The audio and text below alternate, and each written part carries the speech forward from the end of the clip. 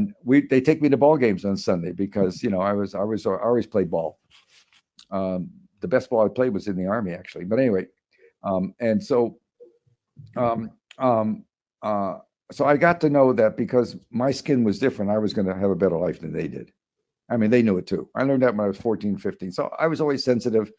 And you have to understand, when you have a war against a minority, like we did in Vietnam, and not in the Ukraine, not against Russia, but when we had wars like we did, in the famous war in Grenada, it's racial. It turns out to be racial for the kids doing it because that's the only way they can cope. It's just anyway.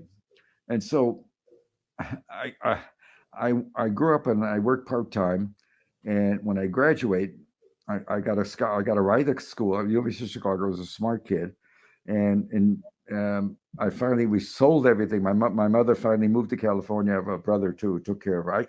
I had her for 4 years, and then my brother had her. Had to take care of my mom.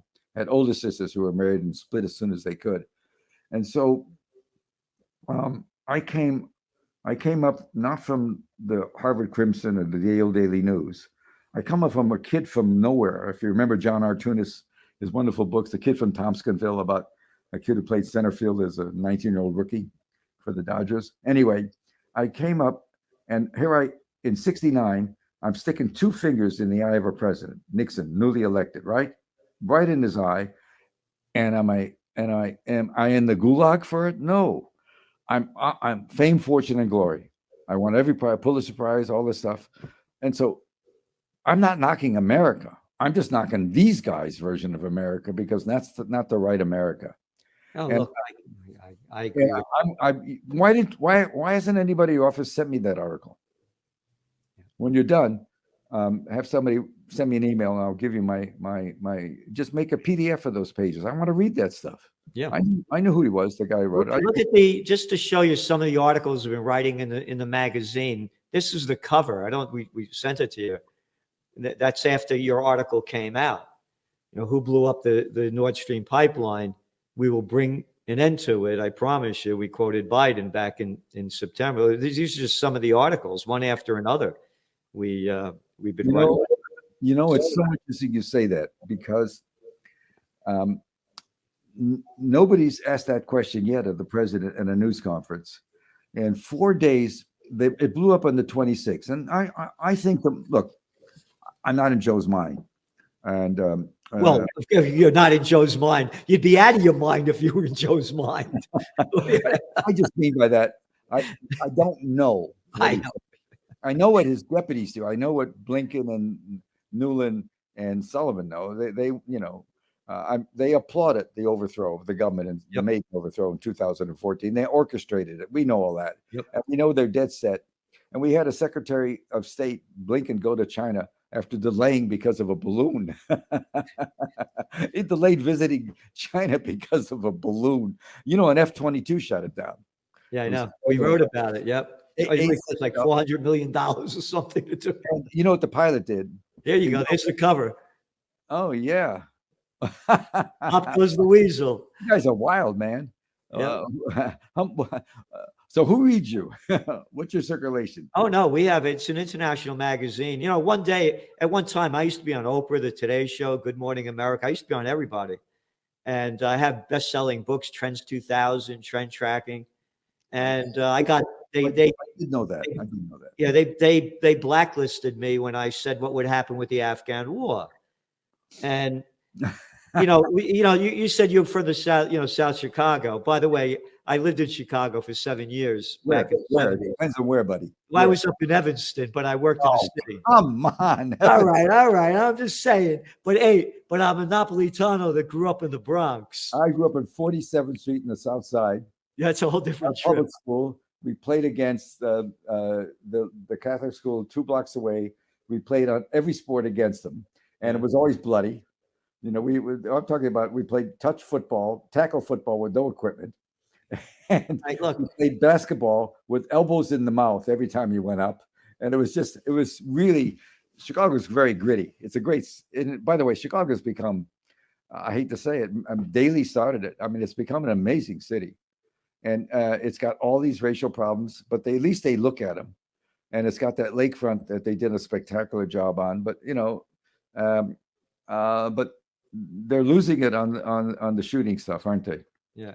But anyway, so when you talk about how you grew up, I grew up in the Bronx. We social climbed to Yonkers later on. Oh, that's a big jump, man.